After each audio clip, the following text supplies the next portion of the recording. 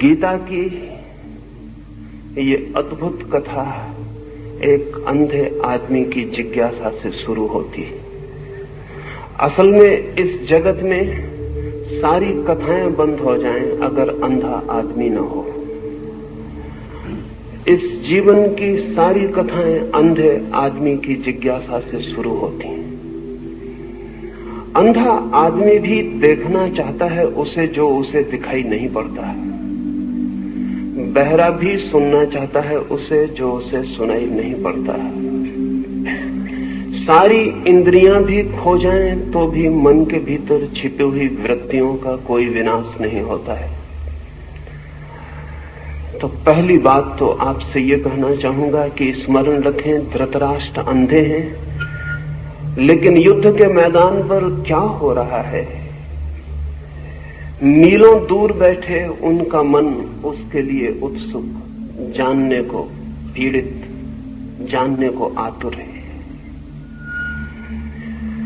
दूसरी बात ये भी स्मरण रखें कि अंधे धृतराष्ट्र के 100 पुत्र हैं, लेकिन अंधे व्यक्तित्व की संतति आंख वाली नहीं हो सकती है, भला ऊपर से आंखें दिखाई पड़ती हूं।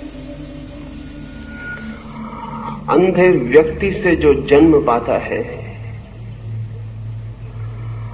और शायद अंधे व्यक्तियों से ही लोग जन्म पाते हैं, तो भला ऊपर की आंख हो, भीतर की आंख पानी कठिन है, ये दूसरी बात भी समझ लेनी जरूरी है।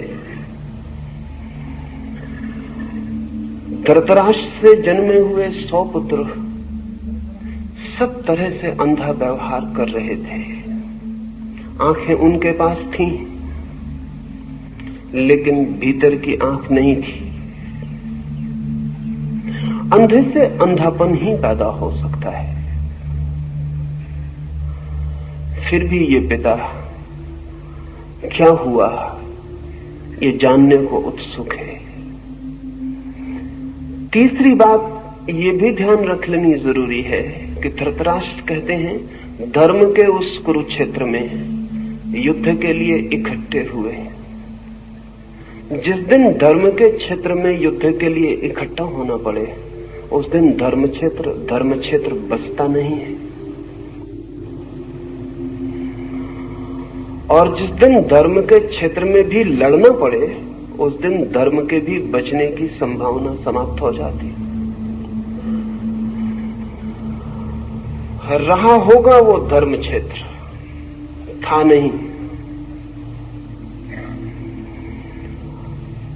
रहा होगा कभी, पर आज तो वहां एक दूसरे को काटने को आतुर सब लोग इकट्ठे हुए थे। ये प्रारंभ भी अद्भुत है। ये इसलिए भी अद्भुत है कि अधर्म क्षेत्रों में क्या होता होगा उसका हिसाब लगाना मुश्किल है। धर्म क्षेत्र में क्या होता है वो धृतराष्ट्र संजय से पूछते हैं कि वहां युद्ध के लिए आतुर मेरे पुत्र और उनके विरोधियों ने क्या किया है, क्या कर रहे हैं, वो मैं जानना चाहता हूं। धर्म का क्षेत्र पृथ्वी पर शायद बन नहीं पाया अब तक, क्योंकि धर्म क्षेत्र बनेगा तो युद्ध की संभावना समाप्त हो जानी चाहिए। युद्ध की संभावना बनी ही है और धर्म क्षेत्र भी युद्धरत हो जाता है, तो हम अधर्म को क्या दोष दें, क्या निंदा करें। सच तो यह है कि अधर्म के क्षेत्रों में शायद कम युद्ध हुए हैं, धर्म के क्षेत्रों में ज्यादा युद्ध हुए हैं। और अगर युद्ध और रक्तपात के हिसाब से हम विचार करने चलें तो धर्म क्षेत्र ज्यादा अधर्म क्षेत्र मालूम पड़ेंगे बजाय अधर्म क्षेत्रों के। ये व्यंग्य भी समझ लेने जैसा है कि धर्म क्षेत्र पर अब तक युद्ध होता रहा है और आज ही होने लगा है, ऐसा भी ना समझ लेना कि आज ही मंदिर और मस्जिद युद्ध के अड्डे बन गए हों। हजारों साल पहले जब हम कहें कि बहुत भले लोग थे पृथ्वी पर, और कृष्ण जैसा अद्भुत आदमी मौजूद था, तब भी कुरुक्षेत्र के धर्म क्षेत्र पर लोग लड़ने को ही इकट्ठा हुए थे। ये मनुष्य की गहरे में जो युद्ध की पिपासा है, ये मनुष्य की गहरे में विनाश की जो आकांक्षा है, ये मनुष्य के गहरे में जो पशु छिपा है, वो धर्म क्षेत्र में भी छूट नहीं जाता, वो वहां भी युद्ध के लिए तैयारियां कर लेता है। इसे स्मरण रखने के लिए उपयोगी है। और ये भी कि जब धर्म की आड़ मिल जाए लड़ने को, तो लड़ना और भी खतरनाक हो जाता है, क्योंकि तब जस्टिफिकेशन, तब न्याय युक्त भी मालूम होने लगता है। तो ये अंधे धृतराष्ट्र ने जो जिज्ञासा की है, उससे ये धर्म ग्रंथ शुरू होता है।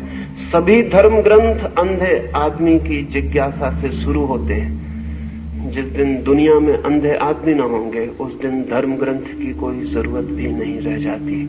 वो अंधा ही जिज्ञासा कर रहा है।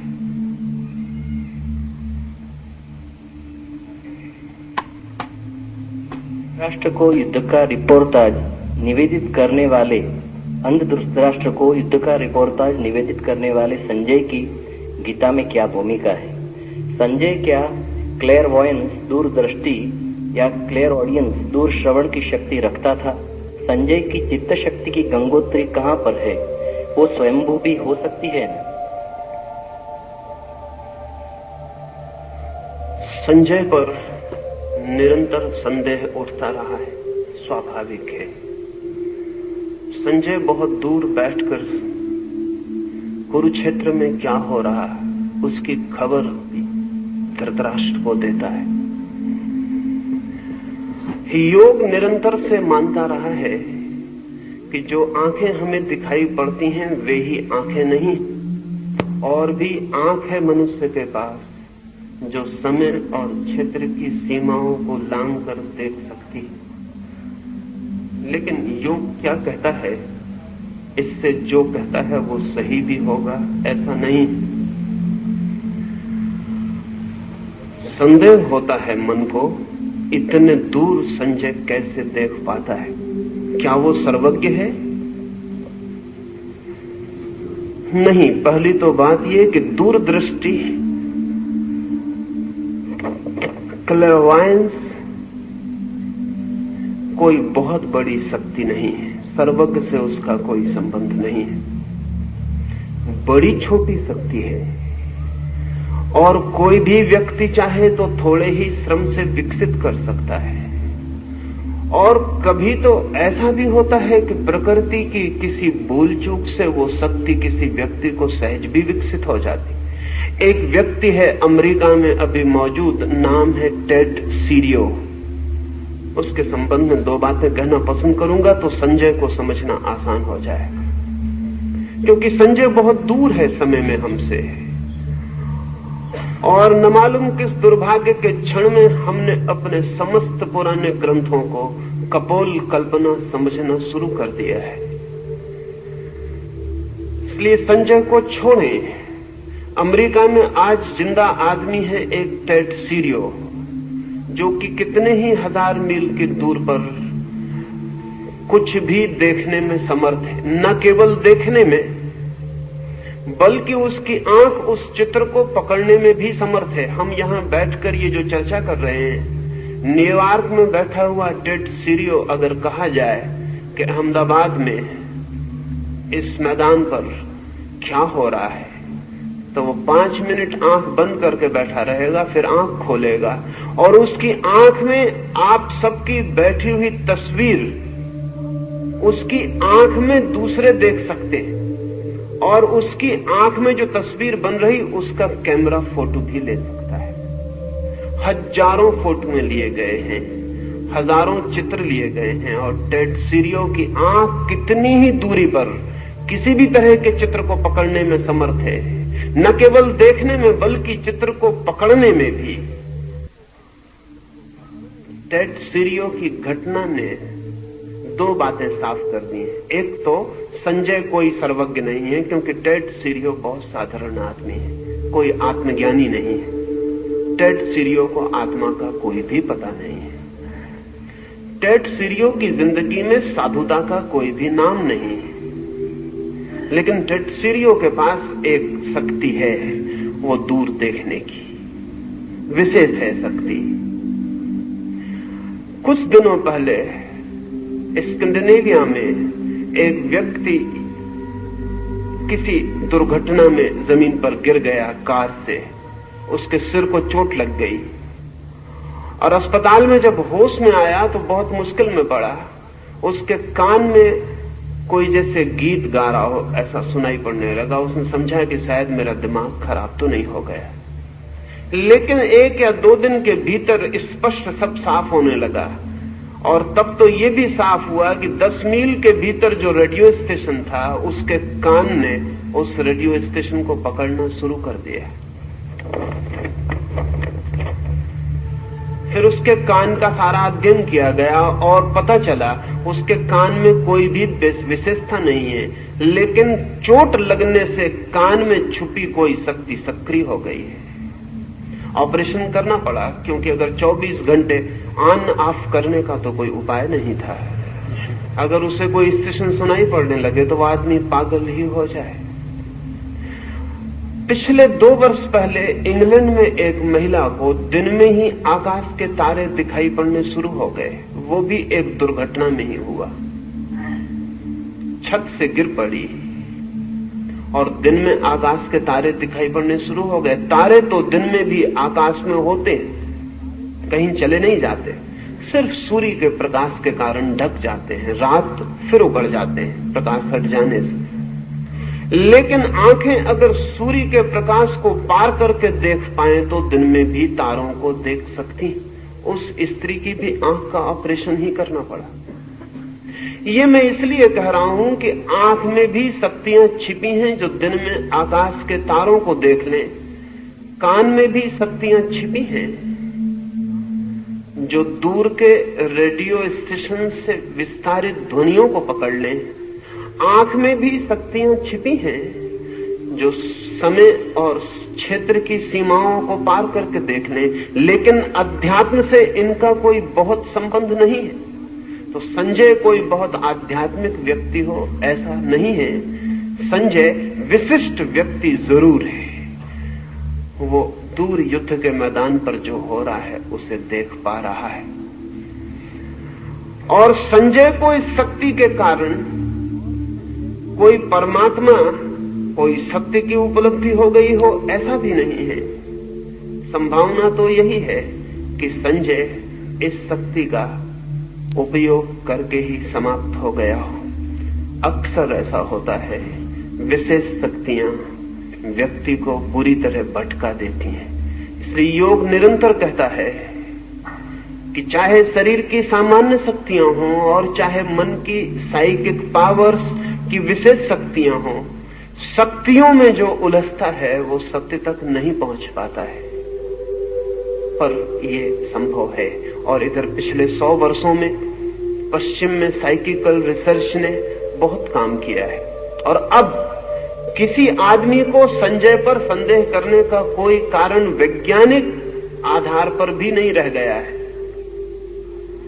और ऐसा ही नहीं कि अमेरिका जैसे धर्म को स्वीकार करने वाले देश में ऐसा हो रहा हो, रूस के भी मनोवैज्ञानिक मनुष्य की अनंत शक्तियों का स्वीकार निरंतर करते चले जा रहे हैं। और अभी चांद पर जाने की घटना के कारण रूस और अमेरिका के सारे मनोवैज्ञानिकों पर एक नया काम आ गया है, और वो ये है कि यंत्रों पर बहुत भरोसा नहीं किया जा सकता। और जब हम अंतरिक्ष की यात्रा पर पृथ्वी के वासियों को भेजेंगे तो हम उन्हें गहन खतरे में भेज रहे हैं, और अगर यंत्र जरा भी बिगड़ जाएं तो उनसे हमारे संबंध सदा के लिए टूट जाएंगे, और फिर हम कभी पता भी नहीं लगा सकेंगे कि वे यात्री कहां खो गए। वे जीवित नहीं है, वे किस अनंत में भटक गए हम उनका कोई भी पता न लगा सकेंगे। इसलिए एक सब्स्टिट्यूट, एक परिपूरक व्यवस्था की तरह दूर से बिना यंत्र के देखा जा सके, सुना जा सके, खबर भेजी जा सके, इसके लिए रूस और अमेरिका की दोनों की वैज्ञानिक प्रयोगशालाएं अति आतुर हैं। और बहुत देर न होगी कि रूस और अमेरिका दोनों के पास संजय होंगे, हमारे पास नहीं होंगे। संजय कोई बहुत आध्यात्मिक व्यक्ति नहीं है, लेकिन संजय के पास एक विशेष शक्ति है जो हम सबके पास भी है और विकसित हो सकती है।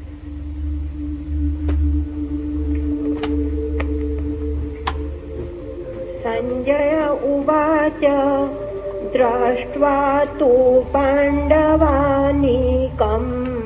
व्यूढम् दुर्योधन तदा आचार्यम् उपसंगम्य राजा वचनमब्रवीत। संजय ने कहा, युद्ध की तैयारी के समय व्यूहाकार पांडवों की सेना को देखकर दुर्योधन ने द्रोणाचार्य के पास जाकर ये वचन कहे,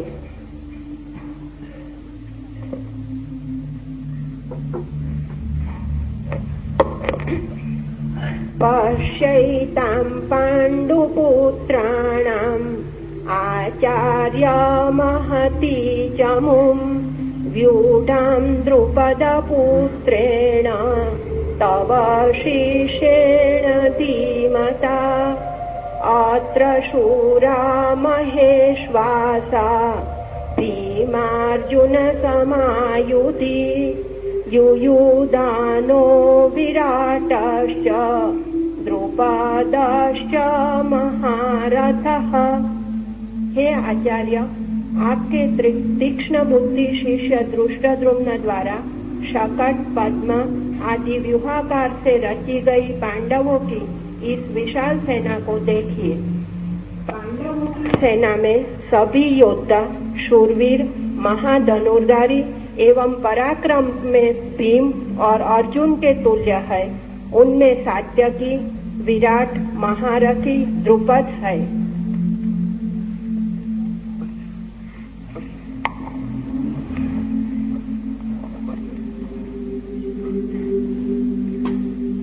दृष्टकेतुश्चकितानः काशीराजश्च वीर्यवान् पुरुजित् कुन्तिभोजश्च शैव्यश्च नरपुंगवः। बलवान दृष्टकेतु, चेकितान और काशीराज तथा नरश्रेष्ठ पुरुजित, कुंतीभोज और शैव्य। युधामन्युश्च विक्रांत उत्तमौजाश्च वीर्यवान् सौभद्रो द्रौपदेयाश्च सर्व एव महारथः। अस्माकं तु विशिष्टाये तान्निबोध द्विजोत्तम नायका मम सैन्यस्यं संज्ञार्थं तान् ब्रवीमि ते। पराक्रमशाली युधामन्यु, उत्तमौजा, वीर्यवान सुभद्रा का पुत्र अभिमन्यु और प्रतिबिंध्य आदि द्रौपदी के पुत्र, ये सभी महारथी हैं। हे आचार्यवर, हम लोगों के मध्य में बल, पौरुष, पराक्रम आदि से उत्कृष्ट जो मेरी सेना के नायक है, उन्हें आपके परिज्ञान के लिए मैं आपसे कहता हूँ,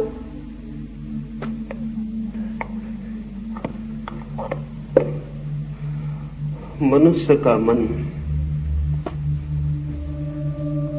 जब हीनता की ग्रंथि से, इंफीरियरिटी कॉम्प्लेक्स से पीड़ित होता है, जब मनुष्य का मन अपने को भीतर हीन समझता है, तब सदा ही अपनी श्रेष्ठता की चर्चा से शुरू करता है।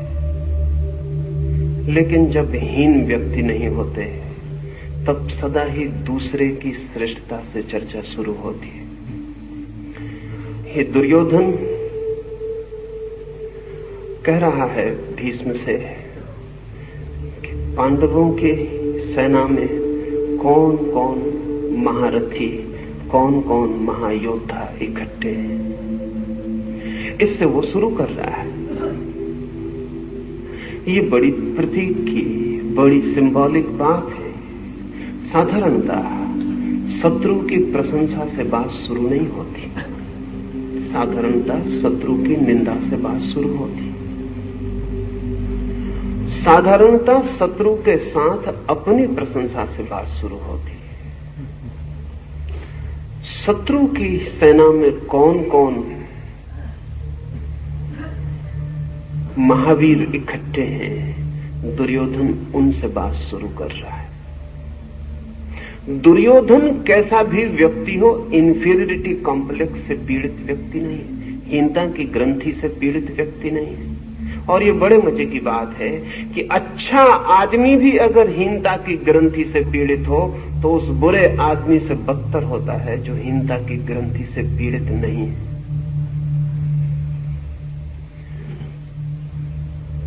दूसरे की प्रशंसा से केवल वही शुरू कर सकता है जो अपने प्रति बिल्कुल आश्वस्त है।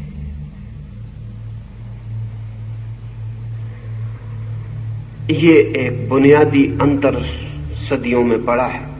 बुरे आदमी पहले भी थे, अच्छे आदमी पहले भी थे। ऐसा नहीं है कि आज बुरे आदमी बढ़ गए हैं और अच्छे आदमी कम हो गए हैं। आज भी बुरे आदमी उतने ही हैं, अच्छे आदमी उतने ही हैं। अंतर क्या पड़ा है? निरंतर धर्म का विचार करने वाले लोग ऐसा प्रचार करते रहते हैं कि पहले लोग अच्छे थे और अब लोग बुरे हो गए हैं। ऐसी उनकी धारणा मेरे ख्याल में बुनियादी रूप से गलत है। बुरे आदमी सदा थे, अच्छे आदमी सदा थे। अंतर इतना ऊपरी नहीं है, अंतर बहुत भीतरी पड़ा है। बुरा आदमी भी पहले हीनता की ग्रंथि से पीड़ित नहीं था, आज अच्छा आदमी भी हीनता की ग्रंथि से पीड़ित है। ये गहरे में अंतर पड़ा है। आज अच्छे से अच्छा आदमी भी बाहर से ही अच्छा है, भीतर स्वयं भी आश्वस्त नहीं है। और ध्यान रहे, जिस आदमी का आश्वासन स्वयं पर नहीं है उसकी अच्छाई टिकने वाली अच्छाई नहीं हो सकती है। बस स्किन डीप होगी, चमड़ी के बराबर गहरी होगी, जरा सा खरोंच दो और उसकी बुराई बाहर आ जाएगी। और जो बुरा आदमी अपनी बुराई के होते हुए भी आश्वस्त है, उसकी बुराई भी किसी दिन बदली जा सकती है, क्योंकि एक बहुत गहरी अच्छाई बुनियाद में खड़ी है, वो स्वयं का आश्वासन। इस बात को मैं महत्वपूर्ण मानता हूं कि दुर्योधन जैसा बुरा आदमी एक बहुत ही शुभ ढंग से चर्चा को शुरू कर रहा है। वो विरोधी के गुणों का पहले उल्लेख कर रहा है, फिर पीछे अपनी सेना के महारथियों का उल्लेख करता है।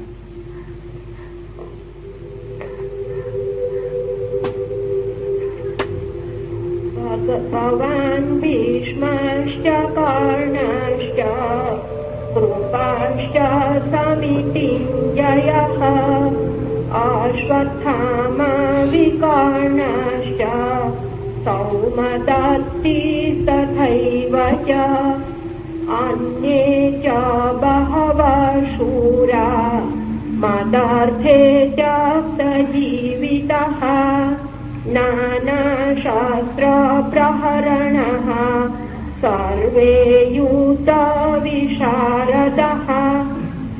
आप भीष्म पितामह कर्ण, युद्ध में दुर्जय कृपाचार्य, अश्वत्थामा, विकर्ण और सोमदत्त का पुत्र भूरिश्रवा, वांगिल, भगवत, कृतवर्मा आदि और भी अनेक शूरवीरों ने प्राण देकर भी मेरी जीत कराने का निश्चय कर रखा है।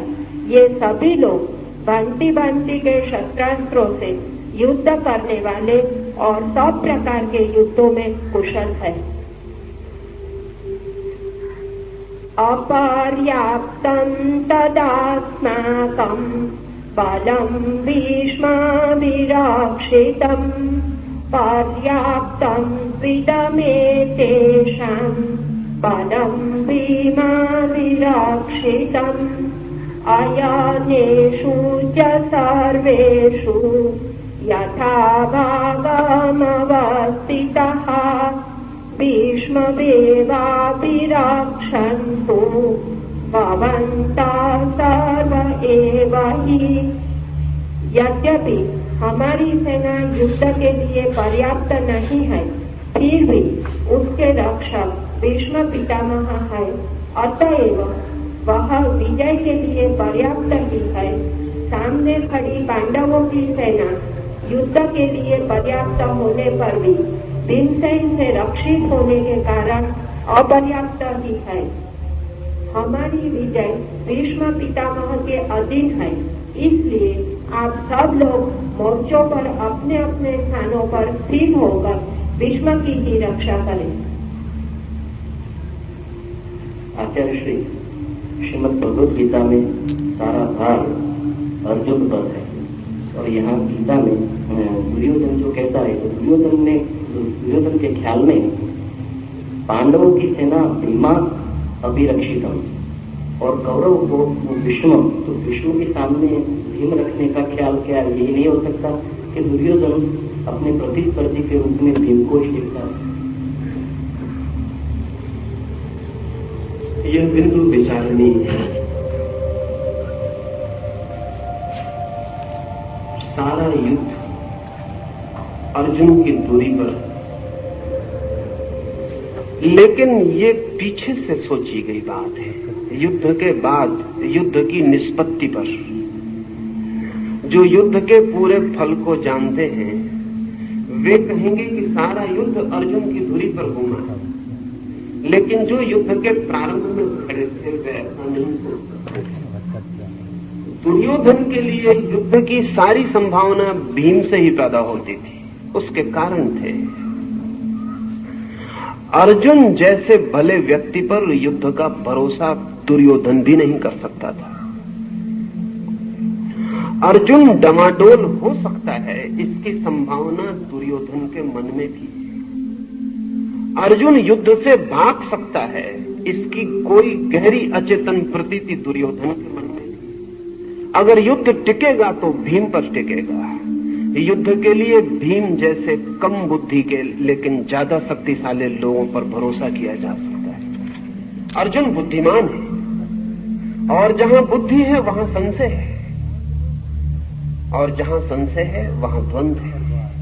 अर्जुन विचारशील है, और जहां विचारशीलता है वहां पूरे पर्सपेक्टिव, पूरे परिप्रेक्ष्य को सोचने की क्षमता है। वहां युद्ध जैसी भयंकर स्थिति में आंख बंद करके उतरना कठिन। दुर्योधन भरोसा कर सकता है युद्ध के लिए भीम का। भीम और दुर्योधन के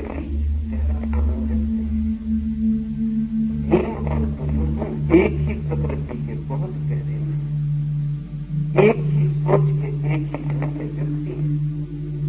अगर दुर्योधन ने ऐसा देखा कि भीम केंद्र है दूसरी तरफ, तो गलत नहीं देखा, ठीक ही देखा। और गीता भी पीछे सिद्ध करती है कि अर्जुन भागा भागा हो गया है। अर्जुन पलायनवादी दिखाई पड़ा है, वह एस्केपिस्ट मालूम पड़ा है। अर्जुन जैसे व्यक्ति की संभावना यही है। अर्जुन के लिए युद्ध भारी पड़ा है। युद्ध में जाना अर्जुन को अपने को रूपांतरित करके ही हो सकता है। अर्जुन एक नए तल पर पहुंचकर ही युद्ध के लिए राजी हो सका है। भीम जैसा था उसी तल पर युद्ध के लिए तैयार था। भीम के लिए युद्ध सहजता है, जैसे दुर्योधन के लिए सहजता है। इसलिए दुर्योधन भीम को केंद्र में देखता है तो आकस्मिक नहीं है, लेकिन ये युद्ध के प्रारंभ की बात है।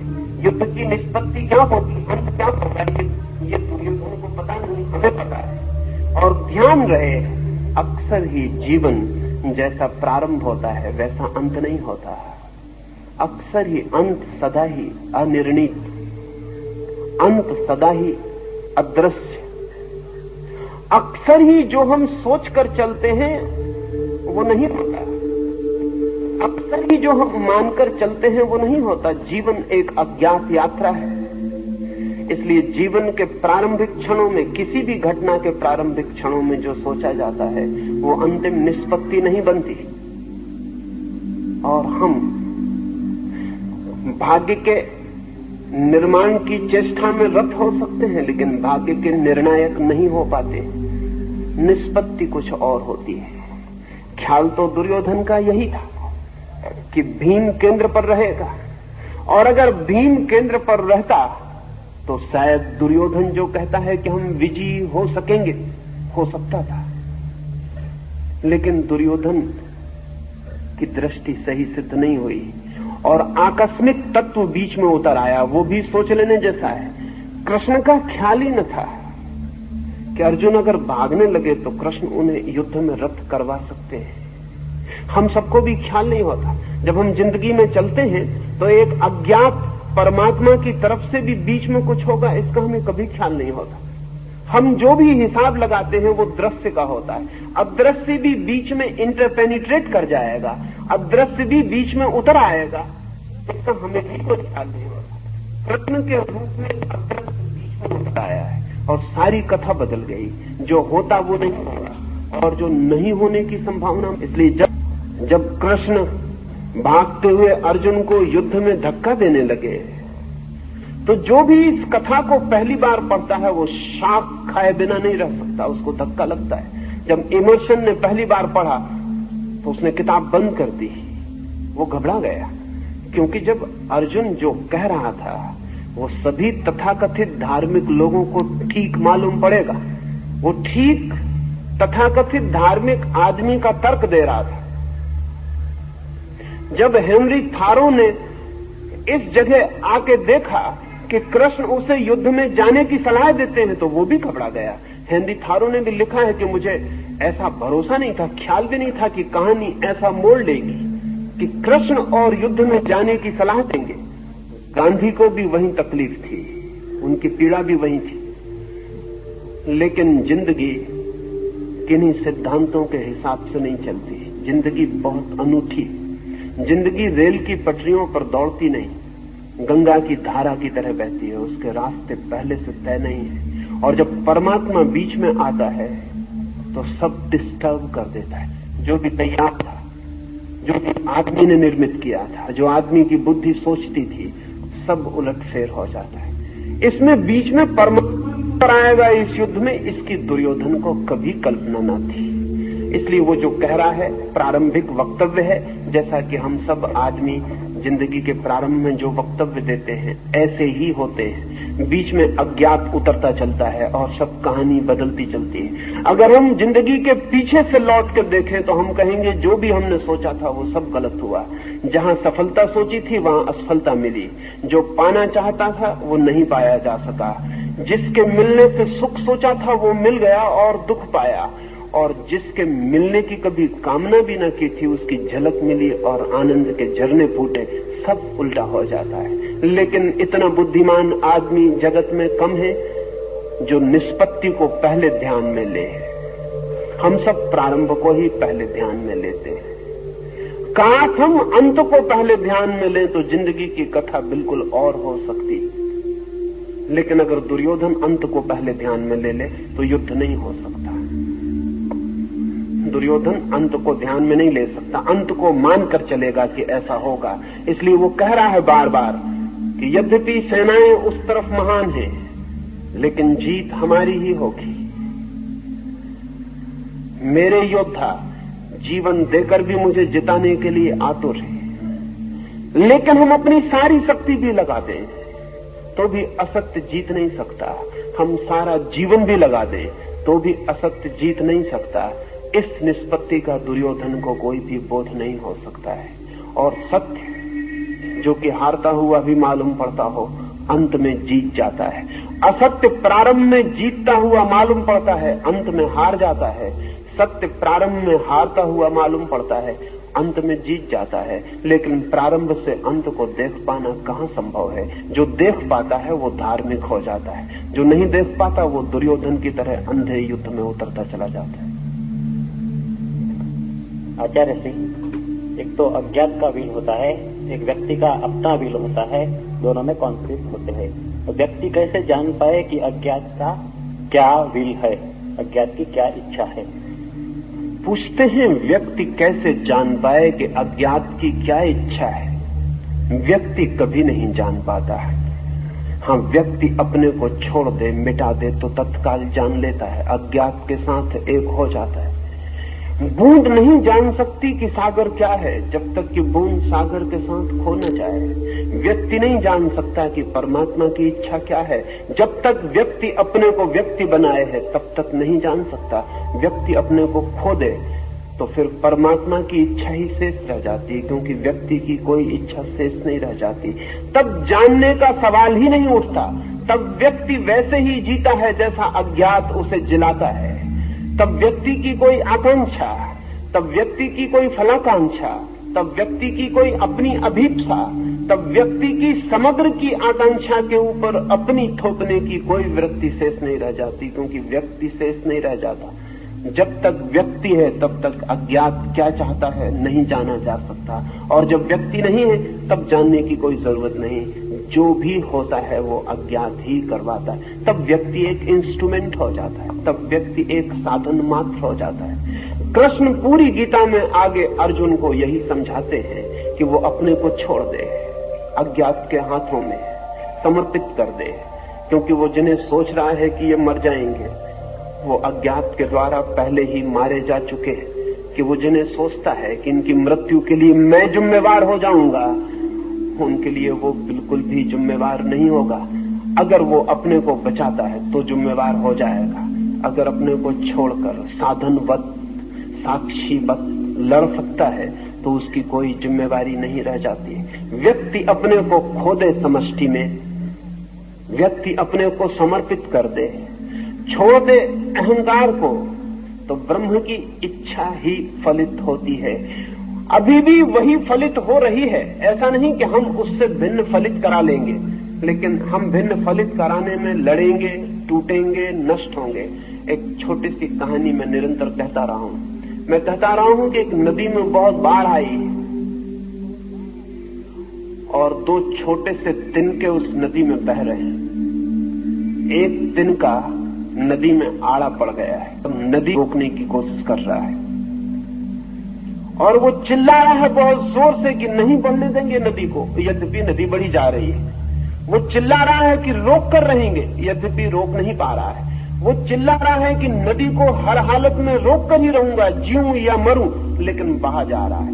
नदी को न उसकी आवाज सुनाई पड़ती, न उसके संघर्ष का पता चलता। छोटा सा तिनका, नदी को उसका कोई भी पता नहीं है, नदी को कोई फर्क नहीं पड़ता, लेकिन तिनके को बहुत फर्क पड़ रहा है। उसकी जिंदगी बड़ी मुसीबत में पड़ गई है, बहा जा रहा है। नहीं लड़ेगा, जहां पहुंचेगा वहीं पहुंचेगा, लड़के भी। लेकिन ये बीच का क्षण, ये बीच का काल दुख, पीड़ा और द्वंद और चिंता का काल हो जाए। उसके पड़ोस में एक दूसरे तिनके ने छोड़ दिया है अपने को। वो नदी में आड़ा नहीं पड़ा है, सीधा पड़ा है, नदी जिस तरफ बह रही उसी तरफ, और सोच रहा है कि मैं नदी को बहने में सहायता दे रहा हूं। उसका भी नदी को कोई पता नहीं है।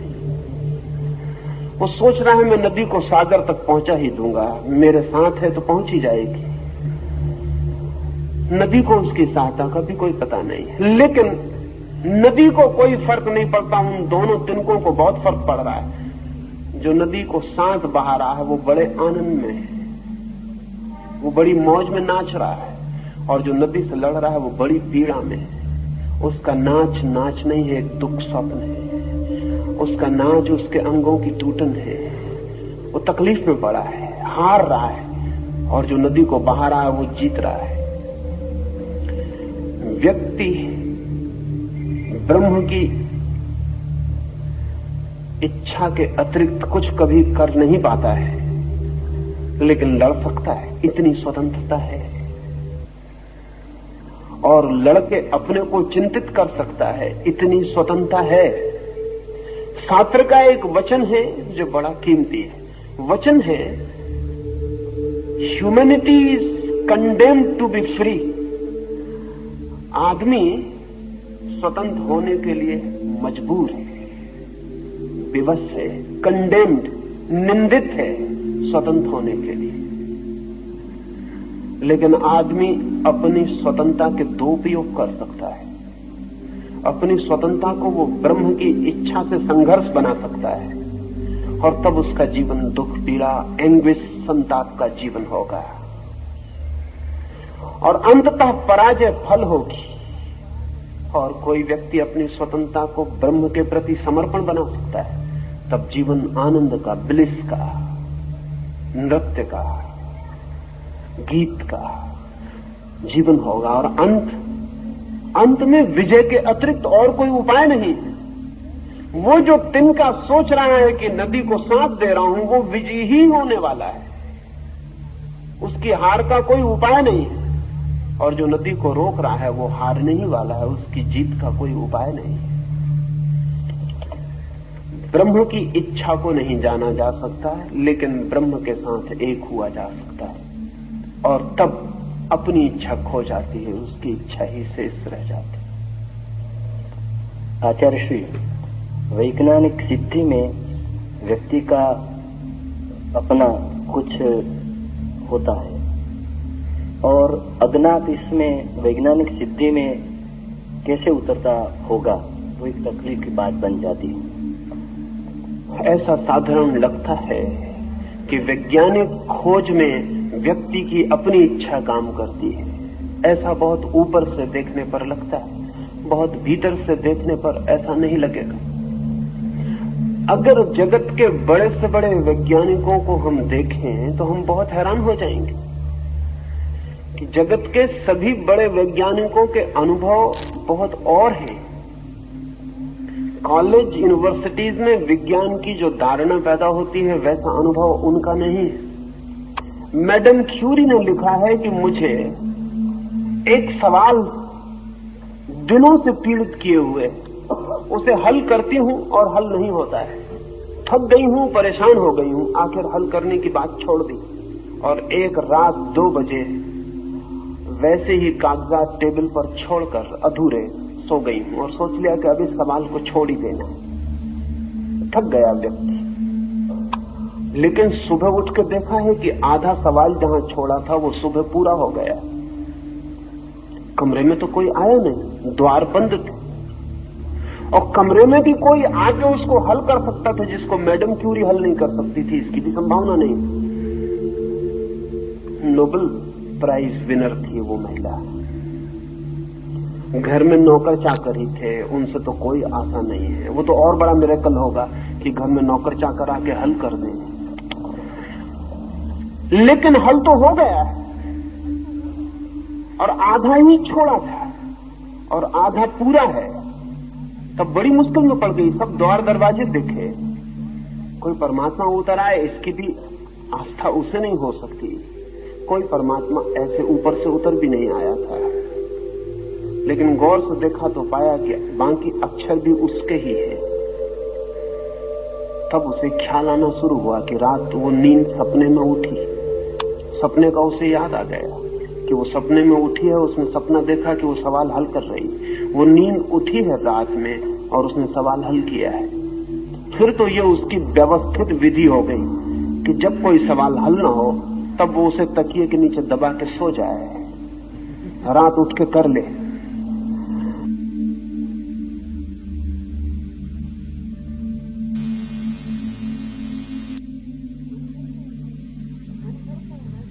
दिन भर तो मैडम क्यूरी इंडिविजुअल थी, व्यक्ति थी। रात नींद में हम खो जाती, बूंद सागर से मिल जाती, और जो सवाल हमारा चेतन मन नहीं खोज पाया वो हमारा अचेतन गहरे में जो परमात्मा से जुड़ा है खोज पाता है। आर्किमिडीज एक सवाल हल कर रहा था, वो हल नहीं होता था, वो बड़ी मुश्किल में पड़ गया था। सम्राट ने कहा था हल करके ही लाओ। आर्किमिडीज की सारी प्रतिष्ठा हल करने पर निर्भर थी, लेकिन थक गया। रोज सम्राट का संदेश आता है कि कब तक हल करोगे। सम्राट को किसी ने एक सोने का बहुत कीमती आभूषण भेंट किया था, लेकिन सम्राट को शक था कि धोखा दिया गया और सोने में कुछ मिला है, लेकिन बिना आभूषण को मिटाए पता लगाना है कि उसमें कोई और धातु तो नहीं मिली। अब उस वक्त तक कोई उपाय नहीं था जानने का, और बड़ा था आभूषण, उसमें कहीं बीच में अगर अंदर कोई चीज डाल दी गई हो तो वजन तो बढ़ ही जाएगा। आर्किमिडीज थक गया, परेशान हो गया। फिर एक दिन सुबह अपने टब में लेटा हुआ है, पड़ा हुआ है, बस अचानक नंगा ही था, सवाल हल हो गया, भागा, भूल गया। आर्किमिडीज अगर होता तो कभी ना भूलता कि मैं नंगा हूं। सड़क पे आ गया और चिल्लाने लगा, एरेका एरेका, मिल गया, और भागा राजमहल की तरफ। लोगों ने पकड़ा कि क्या कर रहे हो, राजा के सामने नंगे पहुंच जाओगे। उसने कहा लेकिन ये तो मुझे ख्याल ही न रहा। घर वापस आया, ये जो आदमी सड़क पे पहुंच गया था नग्न, ये आर्किमिडीज नहीं था। आर्किमिडीज सड़क पे नहीं पहुंच सकता था, ये व्यक्ति नहीं था। और ये जो हल हुआ था सवाल, ये व्यक्ति की चेतना में हल नहीं हुआ था, ये निर्व्यक्ति चेतना में हल हुआ था। ये बाथरूम में पड़ा था अपने टब में, रिलैक्स्ड, शिथिल, ध्यान घट गया, भीतर उतर गया, सवाल हल हो गया। जो सवाल स्वयं से हल ना हुआ था वो टब ने हल कर दिया। टब हल करेगा सवाल। जो स्वयं से हल नहीं हुआ था वो पानी में लेटने से हल हो जाएगा। पानी में लेटने से कोई बुद्धि बढ़ जाती। जो कपड़े पहने हल नहीं हुआ था वो नंगे होने से हल हो जाएगा। नहीं, कुछ और घटना घट गई। ये व्यक्ति नहीं रहा कुछ देर के लिए, अव्यक्ति हो गया। ये कुछ देर के लिए ब्रह्म के स्रोतनक हो गया। अगर हम जगत के सारे बड़े वैज्ञानिकों के, आइंस्टीन के, मैक्स प्लैंक के, या एडिंगटन के, या एडिसन के, इनके अगर हम अनुभव पढ़ें तो इन सब का अनुभव यह है कि जो भी हमने जाना वो हमने नहीं जाना। निरंतर ही ऐसा हुआ है कि जब हमने जाना तब हम न थे, और जानना घटित हुआ है। यही उपनिषद के ऋषि कहते हैं, यही वेद के ऋषि कहते हैं, यही मोहम्मद कहते हैं, यही जीसस कहते हैं। अगर हम कहते हैं कि वेद अपौरुषेय है तो उसका और कोई मतलब नहीं। उसका ये मतलब नहीं कि ईश्वर उतरा और उसने किताब लिखी। ऐसे पागलपन की बातें करने की कोई जरूरत नहीं। अपौरुषेय का इतना ही मतलब है कि जिस पुरुष पर यह घटना घटी उस वक्त वो मौजूद नहीं था, उस वक्त मैं मौजूद नहीं था। जब ये घटना घटी, जब ये उपनिषद का वचन उतरा किसी पर, और जब ये मोहम्मद पर कुरान उतरी, और जब ये बाइबल के वचन जीसस पर उतरे, तो वे मौजूद नहीं थे। धर्म और विज्ञान के अनुभव भिन्न भिन्न नहीं है, हो नहीं सकते।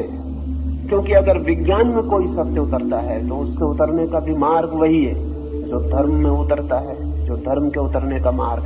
सत्य के उतरने का एक ही मार्ग है। जब व्यक्ति नहीं होता तो परमात्मा से सत्य उतरता है, हमारे भीतर जगह खाली हो जाती है, उस खाली जगह में सत्य प्रवेश करता है। वो दुनिया में कोई भी ढंग से, चाहे कोई संगीतज्ञ, चाहे कोई चित्रकार, चाहे कोई कवि, चाहे कोई वैज्ञानिक, चाहे कोई धार्मिक, चाहे कोई मिस्टिक, दुनिया में जिन्होंने भी सत्य की कोई किरण पाई है उन्होंने तभी पाई है जब वे स्वयं नहीं थे। ये धर्म को तो बहुत पहले से ख्याल में आ गया, लेकिन धर्म का अनुभव 10,000 साल पुराना है। 10,000 साल में धार्मिक फकीर को, धार्मिक संत को, धार्मिक योगी को यह अनुभव हुआ कि ये मैं नहीं हूं। ये बड़ी मुश्किल बात है। जब पहली दफा आपके भीतर परमात्मा से कुछ आता है तब डिस्टिंक्शन करना बहुत मुश्किल होता है कि यह आपका है कि परमात्मा का है। जब पहली दफा आता है तो डमाडोल होता है मन कि मेरा ही होगा, और अहंकार की इच्छा भी होती है कि मेरा ही हो। लेकिन धीरे धीरे धीरे धीरे जब दोनों चीजें साफ होती हैं और पता चलता है कि आप और इस सत्य में कहीं कोई तालमेल नहीं बनता, तब फासला दिखाई पड़ता है, डिस्टेंस दिखाई पड़ता है। विज्ञान की उम्र नई है, अभी 200-300 साल, लेकिन 200-300 साल में वैज्ञानिक विनम्र हुआ है। आज से 50 साल पहले वैज्ञानिक कहता था जो खोजा वो हमने खोजा, आज नहीं कहता। आज वो कहता हमारी सामर्थ्य के बाहर मालूम पड़ता है सब। आज का वैज्ञानिक उतनी ही मिस्टिसिज्म की भाषा में बोल रहा है, उतने ही रहस्य की भाषा में जितना संत बोले थे। इसलिए जल्दी ना करें, और 100 साल और वैज्ञानिक ठीक वही भाषा बोलेगा जो उपनिषद बोलते हैं। बोलनी ही पड़ेगी वही भाषा जो बुद्ध बोलते हैं, बोलनी ही पड़ेगी वही भाषा जो अगस्तीन फ्रांसिस बोलते हैं, बोलनी ही पड़ेगी। बोलनी पड़ेगी इसलिए कि जितना जितना सत्य का गहरा अनुभव होगा उतना उतना व्यक्ति का अनुभव क्षीण होता है, और जितना सत्य प्रकट होता है उतना ही अहंकार लीन होता है और एक दिन पता चलता है कि जो भी जाना गया है वो प्रसाद है, वो ग्रेस है, वो उतरा है, उसमें मैं नहीं हूं। और जो जो मैंने नहीं जाना उसकी जिम्मेवारी मेरी है, क्योंकि मैं इतना मजबूत था कि जान नहीं सकता था, मैं इतना गहन था कि सत्य नहीं कर सकता था। सत्य उतरता है खाली चित्त में, शून्य चित्त में, और असत्य उतारना हो मैं की मौजूदगी जरूरी है। ज्ञान की खोज को बाधा नहीं पड़ेगी, जो खोज हुई है वो भी अज्ञात से संबंध से ही हुई है, समर्पण से ही, और जो खोज होगी आगे वो भी समर्पण से ही होगी। समर्पण के द्वार के अतिरिक्त सत्य कभी किसी और द्वार से न आया है न आ सकता है। आचार्य श्री, आपका ये स्टेटमेंट बड़ी दिक्कत में डाल देता है कि अचेतन मन भगवान से जुड़ा हुआ होता है। ये तो यूंग ने पीछे से बताया मिथोलॉजी का कलेक्टिव अनकॉन्शियस के संबंध जोड़कर, मगर फ्रॉइड कहता है कि वो शैतान से भी जुड़ा होता है, तो वो तकलीफ पड़ जाती है। फ्राइड का ऐसा जरूर ख्याल है कि वो जो अचेतन मन है हमारा, वो भगवान से ही नहीं शैतान से भी जुड़ा होता है। असल में भगवान और शैतान हमारे शब्द हैं। जब किसी चीज को हम पसंद नहीं करते तो हम कहते हैं शैतान से जुड़ा है, और किसी चीज को जब हम पसंद करते हैं तो हम कहते हैं भगवान से जुड़ा है। लेकिन मैं इतना ही कह रहा हूं कि अज्ञात से जुड़ा है, और अज्ञात मेरे लिए भगवान है, और भगवान में मेरे लिए शैतान समाविष्ट है, उससे अलग नहीं है। असल में जो हमें पसंद नहीं है, मन होता है कि वो शैतान ने किया होगा, जो हमें पसंद होता है कि वो भगवान ने किया होगा। ऐसा हमने सोच रखा है कि हम केंद्र पर हैं जीवन के, और जो हमारे पसंद पड़ता है वो भगवान का किया हुआ है, भगवान हमारी सेवा कर रहा है। जो पसंद नहीं पड़ता वो शैतान का किया हुआ है, शैतान हमारी दुश्मनी कर रहा है। ये मनुष्य का अहंकार है जिसने शैतान और भगवान को भी अपनी सेवा में लगा रखा है। भगवान के अतिरिक्त कुछ है ही नहीं। जिसे हम शैतान कहते हैं वो सिर्फ हमारी अस्वीकृति है, जिसे हम बुरा कहते हैं वो सिर्फ हमारी अस्वीकृति है। और अगर हम बुरे में भी गहरे देख पाएं तो फौरन हम पाएंगे कि बुरे में भला छिपा होता है। दुख में भी गहरे देख पाएं तो पाएंगे कि सुख छिपा होता है। अभिशाप में भी गहरे देख पाएं तो पाएंगे कि वरदान छिपा होता है। असल में बुरा और भला एक ही सिक्के के दो पहलू हैं। शैतान के खिलाफ जो भगवान है उसे मैं अज्ञात नहीं कह रहा, मैं अज्ञात उसे कह रहा हूं जो हम सबके जीवन की भूमि, जो अस्तित्व का आधार है। उस अस्तित्व के आधार से ही रावण भी निकलता है, उस अस्तित्व के आधार से ही राम भी निकलते हैं, उस अस्तित्व से अंधकार भी निकलता है, उस अस्तित्व से प्रकाश भी निकलता है। हमें अंधकार में डर लगता है तो मन होता है अंधकार शैतान पैदा करता होगा। हमें रोशनी अच्छी लगती है तो मन होता है कि भगवान पैदा करता होगा। लेकिन अंधकार में कुछ भी बुरा नहीं है, रोशनी में कुछ भी भला नहीं है। और जो अस्तित्व को प्रेम करता है वो अंधकार में भी परमात्मा को पाएगा और प्रकाश में भी परमात्मा को पाएगा। सच तो यह है कि अंधकार को भय के कारण हम कभी उसके सौंदर्य को जान ही नहीं पाते, उसके रस को, उसके रहस्य को हम कभी जान ही नहीं पाते। हमारा भय मनुष्य निर्मित भय है। कंदराओं से आ रहे हैं हम, जंगली कंदराओं से होकर गुजरे हैं हम। अंधेरा बड़ा खतरनाक था, जंगली जानवर हमला कर देता, रात डराती थी। इसलिए अग्नि जब पहली दफे प्रकट हो सकी तो हमने उसे देवता बनाया, क्योंकि रात निश्चिंत हो गई, आग जला के हम निर्भय हुए। अंधेरा हमारे अनुभव में भय से जुड़ गया है, रोशनी हमारे हृदय में अभय से जुड़ गई है। लेकिन अंधेरे का अपना रहस्य, रोशनी का अपना रहस्य। और इस जीवन में जो भी महत्वपूर्ण घटित होता है वो अंधेरे और रोशनी दोनों के सहयोग से घटित होता है। एक बीज हम गड़ाते हैं अंधेरे में, फूल आता है रोशनी में। बीज हम गड़ाते हैं अंधेरे में जमीन में, जड़ें फैलती हैं अंधेरे में जमीन में, फूल खिलते हैं आकाश में रोशनी में। एक बीज को रोशनी में रख दें फिर फूल कभी ना आएंगे। एक फूल को अंधेरे में गड़ा दें, फिर बीज कभी पैदा ना होंगे। एक बच्चा पैदा होता है मां के पेट के गहन अंधकार में, जहां रोशनी की एक किरण नहीं पहुंचती। फिर जब बड़ा होता है तो आता है प्रकाश में। अंधेरा और प्रकाश एक ही जीवन शक्ति के लिए आधार है। जीवन में विभाजन, विरोध, पोलरिटी मनुष्य की है। फ्रायड जो कहता है कि शैतान से जुड़ा है, फ्रायड यहूदी चिंतन से जुड़ा था।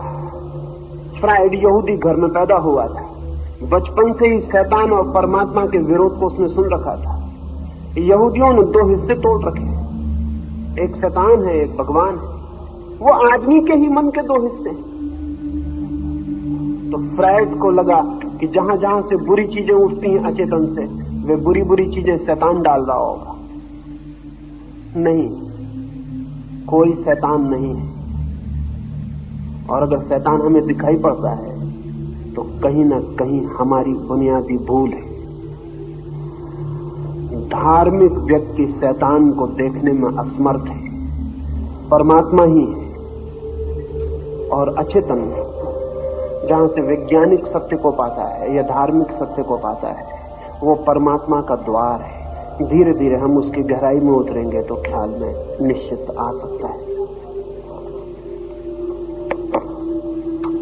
तास्य संजानयन् हर्षा पुरोवृत्त पितामहः सिंहनादं विनश्चोद्यै शङ्खं दद्मो प्रतापवान् तथा शङ्खाश्च वीर्याश्च पणवानकगोमुखः सहसैवाभ्यहन्यन्त सशब्दतुमुलोऽभवत्।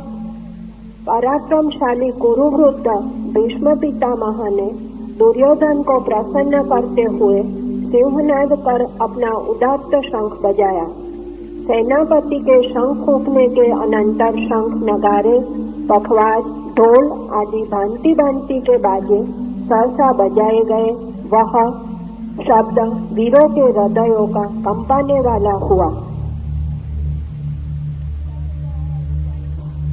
ततश्वैतिर्हरैयुक्ते महातिस्यन्दने स्थितौ माधवा पाण्डवश्चैव दिव्यौ शङ्खो प्रदध्मतुः पाञ्चजन्यं ऋषिकेशो देवदत्तं धनञ्जयः पौण्डं दद्मो महाशङ्खं भीमाकर्मा वृकोदरः अनन्तविजयं राजा कुन्तीपुत्रो युधिष्ठिरः नकुलसहदेवाश्च सुघोषमणिपुष्पकौ।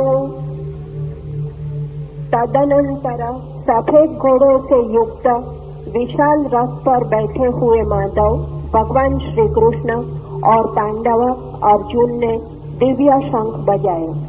ऋषिकेश भगवान श्री कृष्ण ने पांचजन्य शंख और धनंजय अर्जुन ने देवदत्त शंख, लोगों को भयदायक कर्म करने वाले भीम ने पौंड्र नामक महाशंख बजाया। कुंती पुत्र राजा युधिष्ठिर ने अनंत विजय नामक का शंख, नकुल और सहदेव ने सुघोष और मणिपुष्पक नाम के शंख बजाए। भीष्म के गगनभेदी शंखनाद की प्रति शब्द में कृष्ण शंखनाद करते हैं, तो क्या उनका शंख ध्वनि एक्शन के बजाय रिएक्शन, प्रत्याघाती कहा जा सकता है? भगवद गीता के प्रथम इस अध्याय में कृष्ण का पांचजन्य शंख या अर्जुन का देवदत्त का बजाना ये उद्घोषणा के बजाय कोई और तात्पर्य रखता है?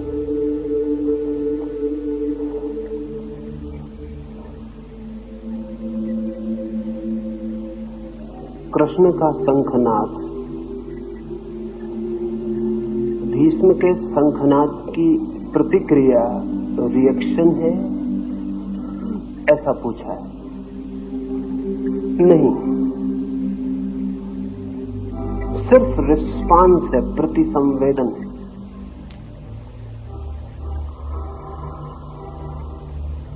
और शंखनाद से केवल प्रति उत्तर है, युद्ध का नहीं।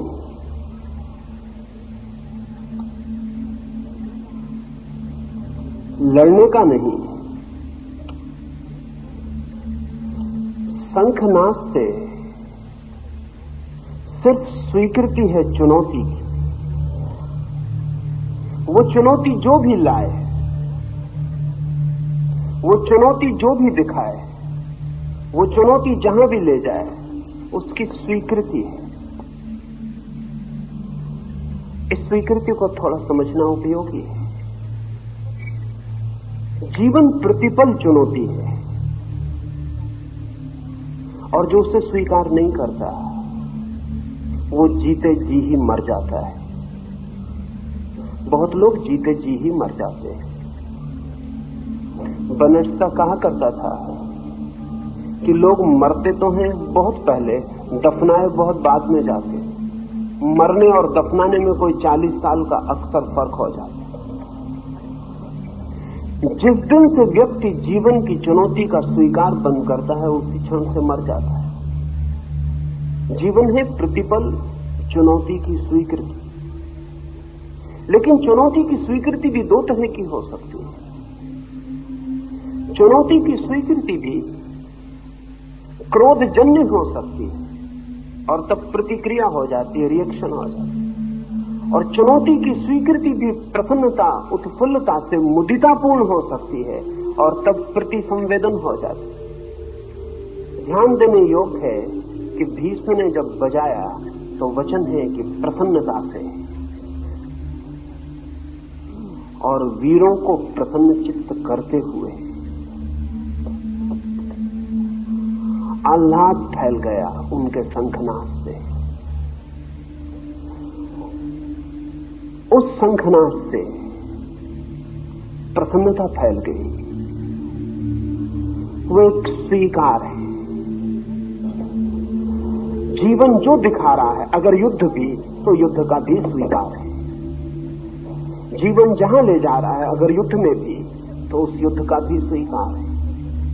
निश्चित ही इसे प्रत्युत्तर मिलना चाहिए। और पीछे कृष्ण और पांडव अपने अपने शंखनाद करते। यहां भी सोचने जैसी बात है कि पहला शंखनाद कौरवों की तरफ से होता है। युद्ध का प्रारंभ का दायित्व कौरवों का है। कृष्ण सिर्फ प्रत्युत्तर दे रहे हैं। पांडवों की तरफ से प्रति संवेदन है, रिस्पांस है। अगर युद्ध ही है तो उसके उत्तर के लिए वे तैयार हैं। ऐसे युद्ध की वृत्ति नहीं। पांडव भी पहले बचा सकते नहीं, लेकिन इतना दायित्व, युद्ध में घसीटने का दायित्व कौरव ही लेंगे। युद्ध का ये प्रारंभ बड़ा प्रतीकात्मक है। इसमें एक बात और ध्यान देने जैसी है कि कृष्ण शुरू करते हैं। अगर भीष्म ने शुरू किया था तो कृष्ण को उत्तर देने के लिए तैयार करना उचित नहीं है। उचित तो है कि जो युद्ध के लिए तत्पर योद्धा हैं, कृष्ण तो केवल सारथी की तरह वहां मौजूद है। वे योद्धा भी नहीं है, वे युद्ध करने भी नहीं आए, लड़ने की कोई बात ही नहीं है। पांडवों की तरफ जो सेनापति है उसे शंखनाद करके उत्तर देना चाहिए, लेकिन नहीं। ये बहुत महत्वपूर्ण है कि शंखनाद का उत्तर कृष्ण से शुरू करवाया गया है। ये इस बात का प्रतीक है कि पांडव इस युद्ध को केवल परमात्मा के तरफ से डाले गए दायित्व से ज्यादा मानने को तैयार नहीं। परमात्मा की तरफ से आई हुई पुकार के लिए वे तैयार हैं। वे केवल परमात्मा के साधन भर होकर लड़ने के लिए तैयार हैं। इसलिए ये जो प्रति उत्तर है युद्ध की स्वीकृति का, वो कृष्ण से दिलवाया गया है। उचित है, उचित है। परमात्मा के साथ लड़के हारना भी उचित है और परमात्मा के खिलाफ लड़के जीतना भी उचित नहीं है। अब हार भी आनंद होगी, अब हार भी आनंद हो सकती है, क्योंकि ये लड़ाई अब कौरवों की अपनी नहीं है। अगर है तो परमात्मा की है, लेकिन ये रिएक्शन नहीं है, ये रिस्पांस है। इसमें कोई क्रोध नहीं है। अगर भीम इसको बजाता तो रिएक्शन हो सकता था। अगर भीम इसका उत्तर देता तो वो क्रोध नहीं दिया गया होता। अगर कृष्ण की तरफ से ये उत्तर आया है तो ये बड़ी आनंद की स्वीकृति है कि ठीक है, अगर जीवन वहां ले आया है जहां युद्ध ही फलित हो, तो हम परमात्मा के हाथों में अपने को छोड़ते हैं।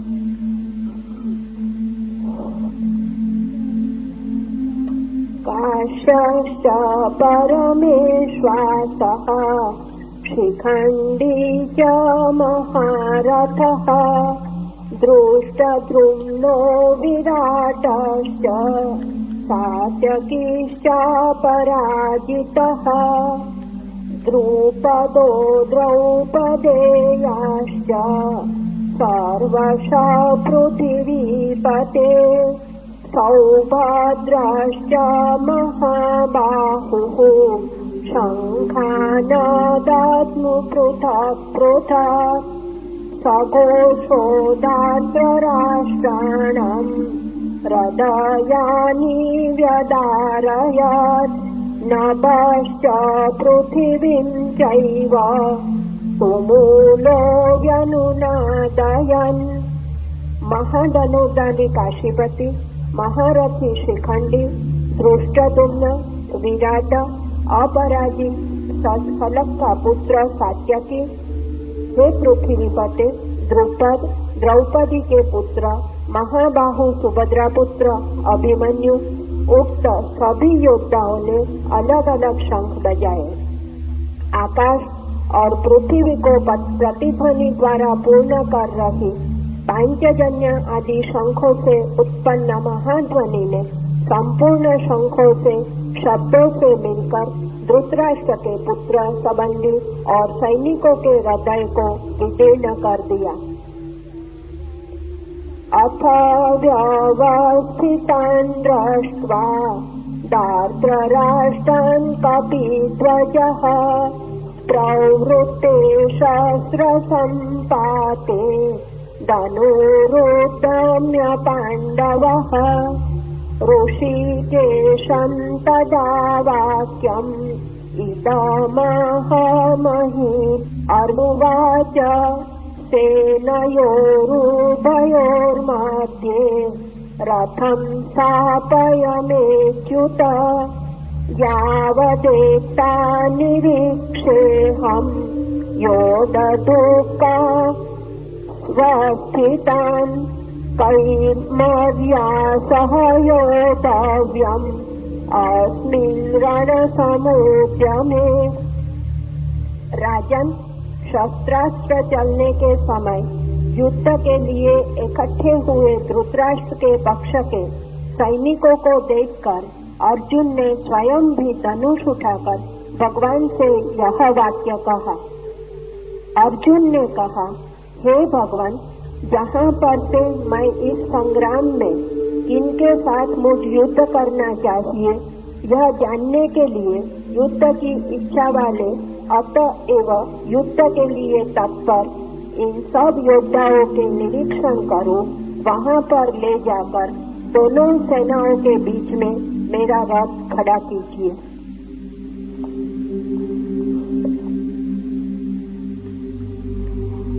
अर्जुन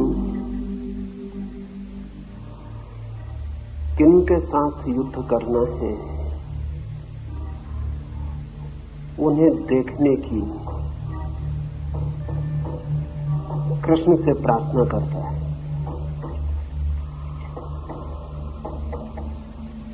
इसमें 2-3 बातें आज की सुबह के लिए आखिरी समझ लेनी उचित है, फिर हम सांझ बात करेंगे। एक तो अर्जुन का ये कहना कि किन के साथ मुझे युद्ध करना है, उन्हें मैं देखूं ऐसी जगह मुझे ले चल के खड़ा करते हैं, एक बात की सूचक है कि युद्ध अर्जुन के लिए ऊपर से आया हुआ दायित्व है, भीतर से आई हुई पुकार नहीं।